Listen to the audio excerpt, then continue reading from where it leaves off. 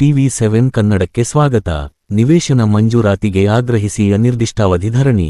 ನಿವೇಶನ ಮಂಜೂರಾತಿಗೆ ತಕ್ಷಣ ಕ್ರಮ ಕೈಗೊಂಡು ಅರ್ಹ ಫಲಾನುಭವಿಗಳಿಗೆ ಬೇಡಿಕೆಯಿರುವ ನಿವೇಶನಗಳನ್ನು ವಿತರಿಸಬೇಕು ಎಂದು ಭ್ರಷ್ಟಾಚಾರ ವಿರೋಧಿ ಆಂದೋಲನದ ಮಾದಿಗ ಮಹಾಸಭಾ ವತಿಯಿಂದ ಪ್ರತಿಭಟನಾಕಾರರು ಆಗ್ರಹಿಸಿದರು.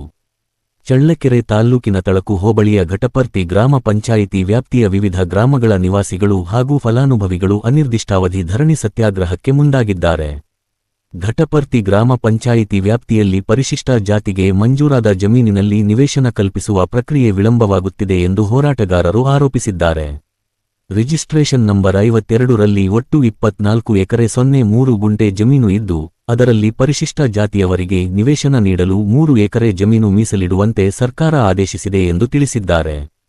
ಈ ಹಿನ್ನೆಲೆಯಲ್ಲಿ ತಾಲ್ಲೂಕು ಪಂಚಾಯಿತಿ ಕಾರ್ಯನಿರ್ವಹಣಾಧಿಕಾರಿಗಳು 3 ಎಕರೆ ಜಮೀನನ್ನು ತಾಲ್ಲೂಕು ಪಂಚಾಯಿತಿ ಹೆಸರಿನಲ್ಲಿ ಪಹಣಿಯಲ್ಲಿ ನಮೂದಿಸಿದ್ದಾರೆ.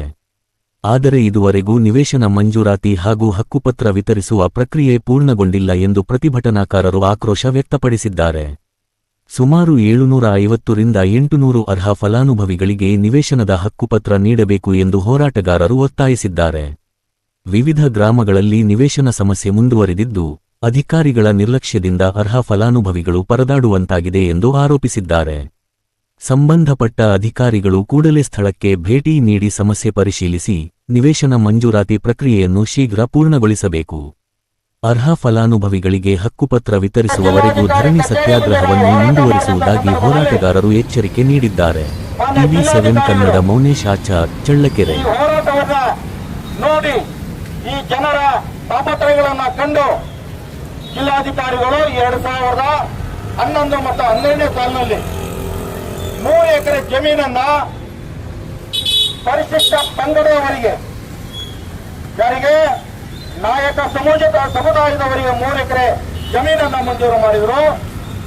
ಅದೇ ರೀತಿಯಾಗಿ ಪರಿಶಿಷ್ಟ ಜಾತಿಯವರಿಗೆ 3 ಎಕರೆ ಜಮೀನನ್ನ ಮಂಜೂರು ಮಾಡಿದರು.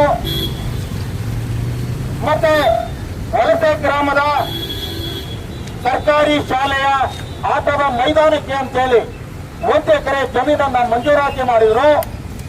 ಮಂಜೂರಾತಿ ಮಾಡಿದ ನಂತರ ಆದೇಶದ ಕಾಪಿಯನ್ನ ತಹಸೀಲ್ದಾರ್ ಅವರಿಗೆ ಮತ್ತೆ ಮಾನ್ಯ ತಾಲೂಕ್ ಪಂಚಾಯತಿ ಕಾರ್ಯನಿರ್ವಾಹಕ ಅಧಿಕಾರಿಗಳಿಗೆ ಕಳಿಸಿಕೊಟ್ರು.